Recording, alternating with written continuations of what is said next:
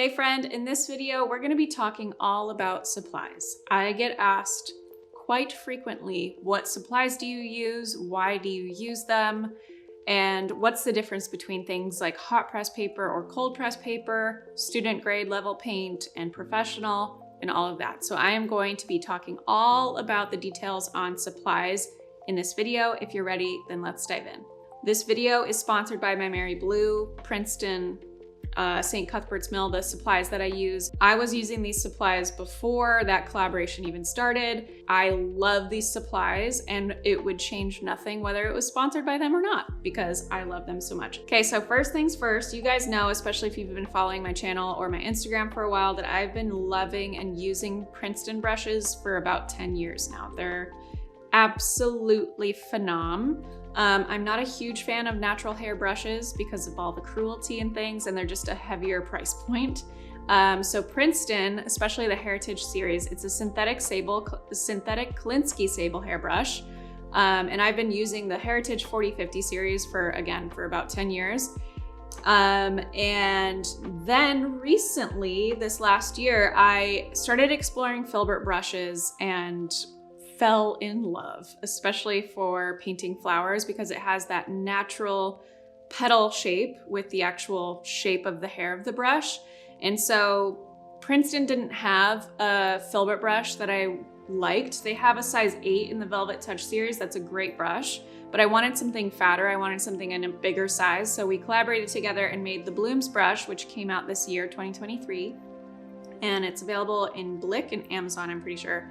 But anyways, it's a super bouncy, snappy, perfect for watercolor. So that is one thing that you want to keep in mind with your watercolor brushes, is the snappiness, the bending, and also how well they snap back into their form once they're wet. So that is one thing you really want to look out for in your watercolor brushes, is their snappiness, their bending, and their form. How well can they get back to their form once they've been wet and pushed around and all of that? So Princeton, I was sold from day one using these guys about 10 years ago, and obviously love the new brushes that they come out with in their Aqua Elite series, the Blooms brush that we collaborated on and everything. So huge fan of Princeton Heritage 4050 and the Velvet Touch series and the Aqua Elite series. So all of the watercolor lines they have. Next up, let's talk about my paint. I have recently switched over, recently as in like about a year now, switched over to My Mary Blue paint. My Mary Blue is the watercolor line from my Industria My Mary. It's an Italian brand, and they have loads of colors inside the My Mary Blue line, the watercolor line. And so a few months ago, I did a color swatching video of their entire color list from the My Mary Blue line. So there's like hundreds of colors that I swatched. Check out that video, it's an awesome video. And I narrowed it down to 20 colors that I love and have in my ceramic palette that you guys see in all my videos. These are all 20 different colors from My Mary Blue. I have a color list linked below if you want to check it out. Also in my free Complete Beginner's Guide to Watercolor ebook if you want to grab that. But then me and My Mary Blue collaborated on a starter set, or a 6-pack of my favorite.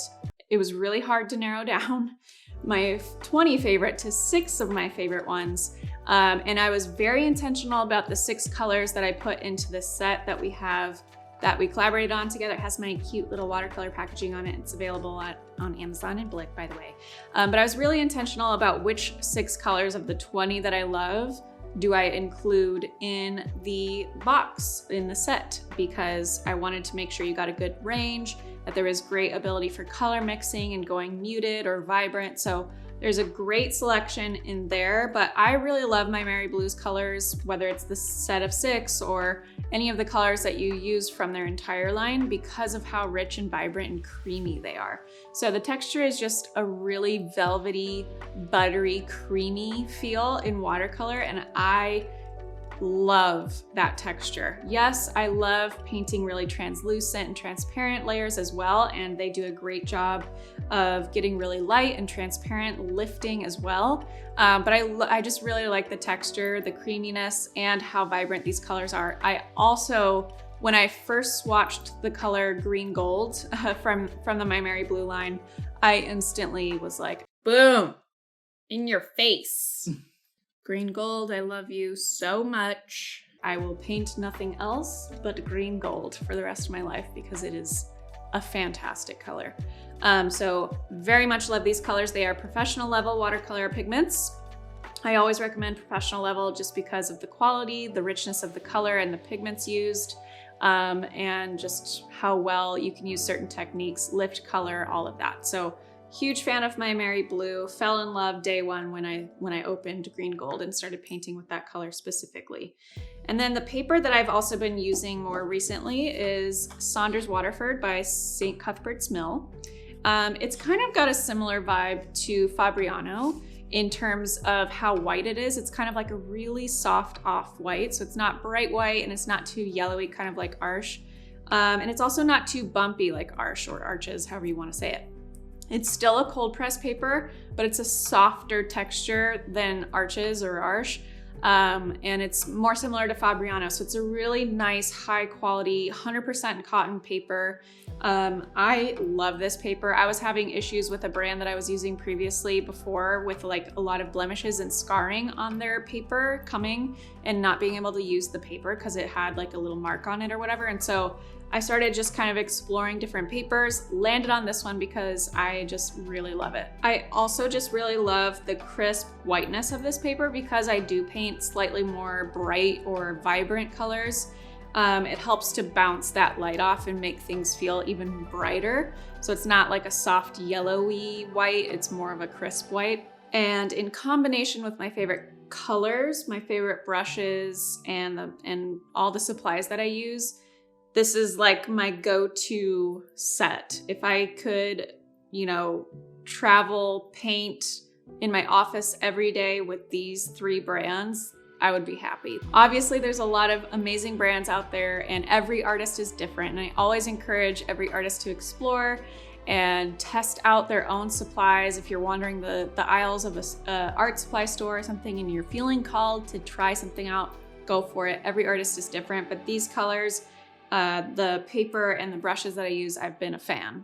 Major, mega fan. That's obviously why I'm even creating videos like this, to spread the love. So if you're looking for high quality supplies, I also have a really great blog post on supplies. If you go to jennarainey.com/blog and type in supplies in the search bar, or you can type in paper, watercolor paint, etc. I have 3 different blog posts that all talk about the reasons why, pros and cons, what to look out for each type of supply, and go into major depth in those blog posts. We'll link to them in the description of this video as well, so you can check them out. And to thank these brands, thank you St. Cuthbert's Mill, my Mary Blue in Princeton. You guys know I'm obsessed with your product. I'm obsessed with working with you guys as well, and thank you for sponsoring this video. As always, for those of you watching, thank you for watching, engaging with our videos, liking and subscribing makes a huge difference in sharing the good news of watercolor, spreading the news on the algorithm of YouTube, and also boosting our channel. So thank you guys for every bit of engagement. It really does mean the world. Thanks again for watching, and I will see you in the next video.